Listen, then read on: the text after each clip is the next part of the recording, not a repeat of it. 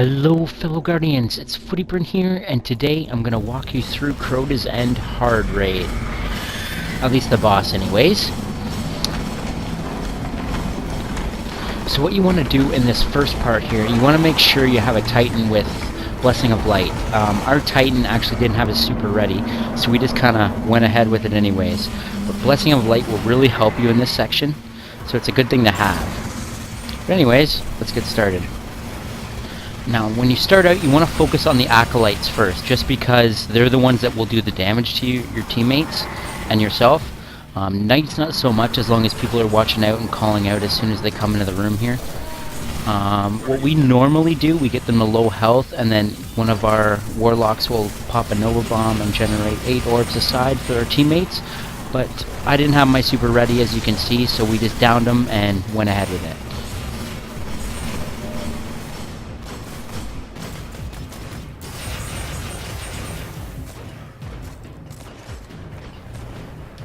So once both sides are dead, you want your teammates to call it out, just so we don't go out prematurely and everyone goes out together, because it actually doesn't start till everyone is out.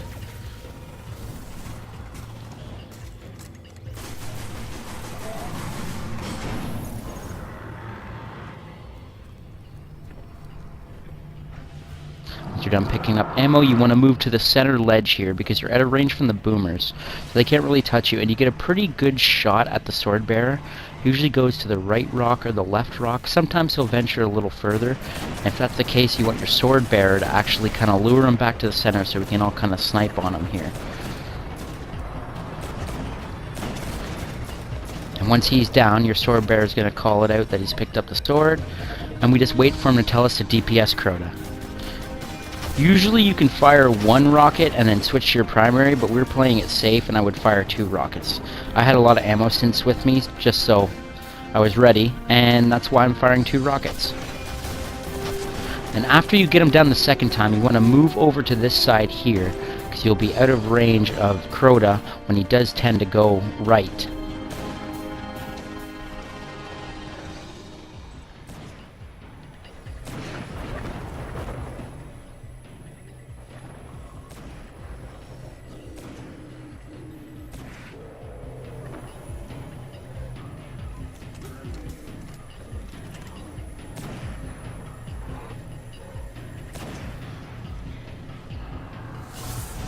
From this point, you can actually start sniping the boomers on the left side. You only want to snipe one of them, leave one alive so that prevents the wizard from coming out.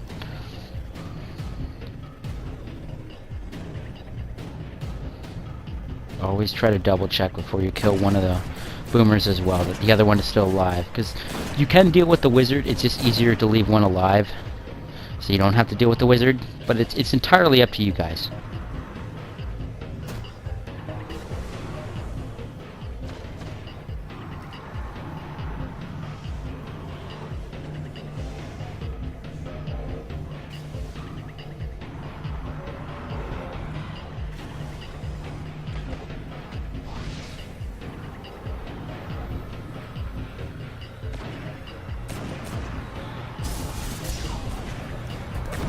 Here you want to use grenades or any super you have with some AoE damage, just to kind of lure him out if he's kind of stuck behind something, so your teammates can start firing away at him. And you want to get him down as soon as possible. That's the main goal here.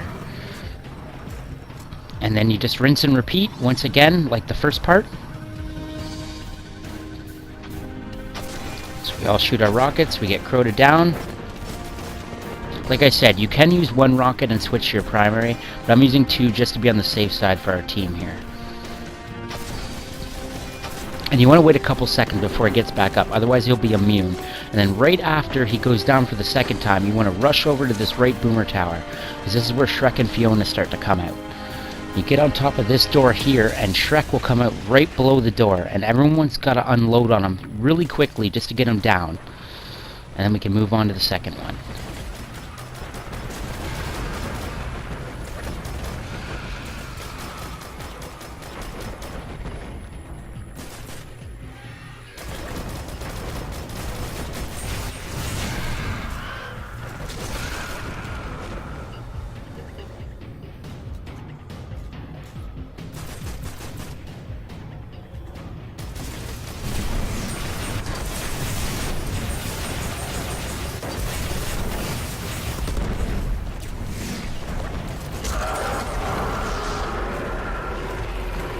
So once Shrek's down, we'll get a Titan to pop a bubble here, just to give us Blessing of Light.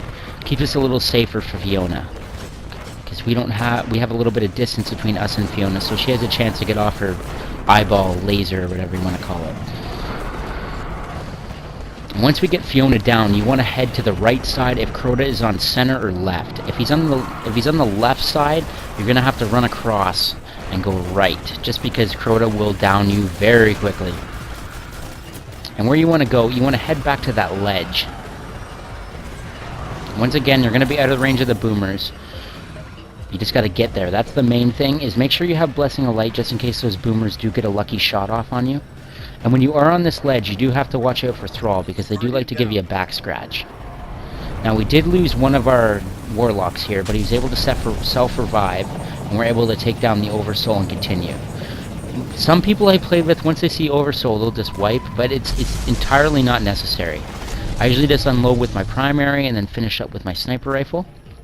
So now we just once again hide here until he goes back to center, which he is now.